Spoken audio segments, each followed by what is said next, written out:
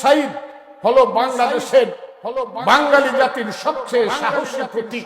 21 শতাব্দীর প্রথম দিককার সবচেয়ে বীর শ্রেষ্ঠ শহীদের নাম হলো আবু সাইদ। আমি টাইটেল দিতে চাই বীর শ্রেষ্ঠ আবু সাইদ।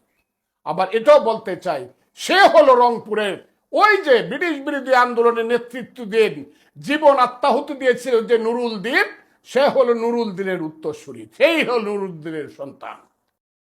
প্রধানমন্ত্রী উবায়দুল কাদেরকে ডেকে নিয়ে অর্ডার দিলেন, এত বড় সাহস, আমার বক্তৃতা আমার কথার উপরে স্লোগান দেয়, আমাকে অপমান করো, দেখো কি হয়।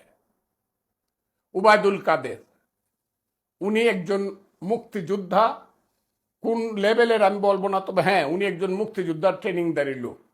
তো উনার সমস্ত পরিবার হলো মুক্তিযুদ্ধ বিরোধী। আমি আবারও বলছি, বাংলাদেশের মানুষের জানা উচিত উবায়দুল কাদের মুক্তিযুদ্ধের ট্রেনিং দিছে ইন্ডিয়াতে গিয়ে, এটা সত্য।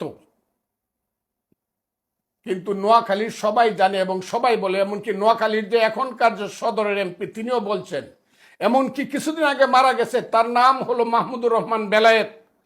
মুক্তিযুদ্ধের সময় উবায়দুল কাদেরের লিডার ছিল, মুজিব বাহিনী লিডার ছিল সেই মাহমুদুর রহমান বেলায়েত আমাকে বলে গেছে যে কাদেরের পরিবারের তো অন্য সবাই হলো রাজাকার এবং দালাল, ইনক্লুডিং হিজ ফাদার। সেই পরিবারের সন্তান উবায়দুল কাদের কি বললেন, ওইসব ছেলে পেলেদেরকে থামানোর জন্য এ তো আমার ছাত্রলীগই যথেষ্ট।